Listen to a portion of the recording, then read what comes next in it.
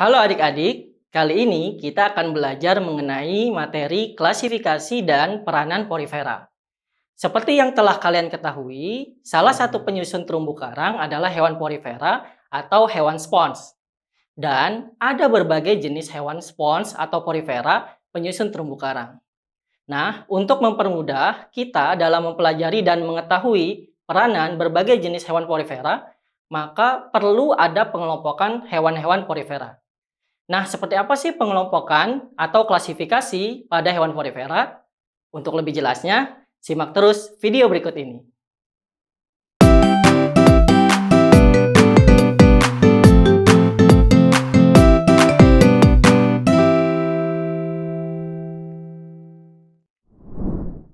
Adik-adik sekalian, pengelompokan atau klasifikasi pada porifera didasarkan pada bahan penyusun spikulanya. Nah, seperti yang telah kalian ketahui bahwa penyusun spikula dapat berupa zat kapur atau kalsium karbonat, dapat berupa silika atau zat kersik, dapat berupa serabut spongin atau protein kolagen. Nah, berdasarkan hal tersebut, maka porifera dapat dibagi menjadi 3 kelas. Yang pertama adalah kelas Calcarea. Yang kedua adalah kelas Hexactinellida. Dan yang ketiga adalah kelas Demospongi. Nah, pertama-tama kita akan membahas kelas Calcarea.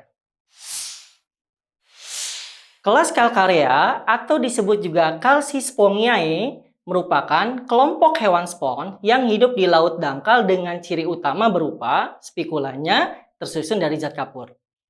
Nah, ciri lainnya adalah spikulanya memiliki bentuk seperti jarum lurus atau disebut juga monoakson atau jarum dengan 3 atau 4 percabangan.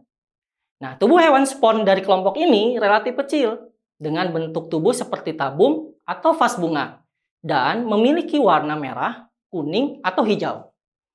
Nah, selain itu, kelompok ini memiliki 3 jenis saluran air, yaitu askon, sikon, dan leukon. Nah, contoh hewan spons dari kelompok ini adalah sikon, Leucosolenia, dan Clatrina. Kelompok yang kedua adalah kelas Hexactinellida atau Hyalospongiae. Merupakan kelompok hewan spons yang hidup di laut dalam dengan ciri utama berupa spikulanya tersusun dari zat kersik atau silika. Nah, zat kersik ini bersifat transparan, sehingga tubuh hewan dari kelompok ini seperti kaca. Ciri lainnya adalah spikulanya memiliki bentuk triakson, yaitu memiliki 3 sumbu yang saling bersilangan pada sudut siku-sikunya, sehingga bentuknya seperti bintang dengan 6 jari.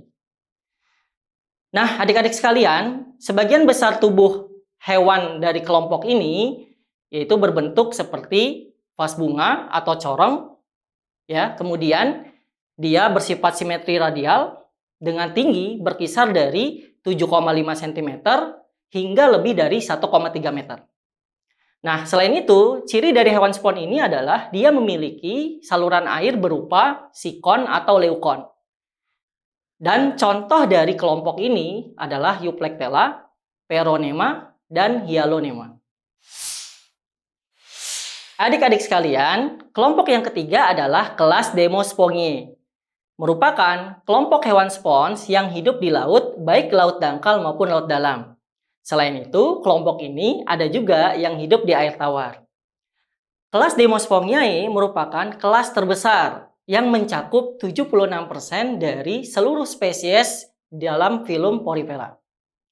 Ciri utama dari kelas ini adalah spikulanya tersusun dari serabut spongin. Tetapi ada juga yang tersusun dari zat kersik, meskipun kalau kita lihat bentuknya, dia memiliki perbedaan dari kelompok Hexactinellida. Bentuk tubuh dari kelompok ini tidak beraturan dengan tinggi dan diameter mencapai lebih dari 1 meter. Dan semua hewan dari kelompok ini memiliki saluran air berupa leukonoid.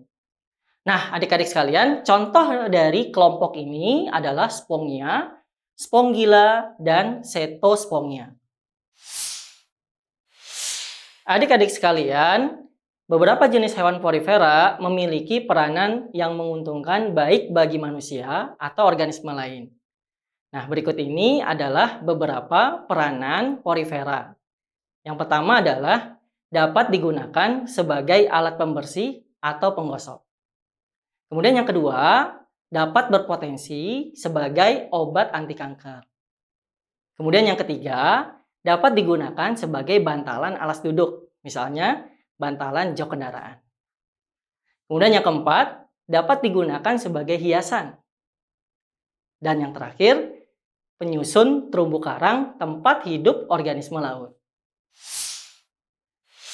Demikianlah video materi klasifikasi dan peranan porifera. Semoga bermanfaat, tetap semangat belajar, dan sampai jumpa.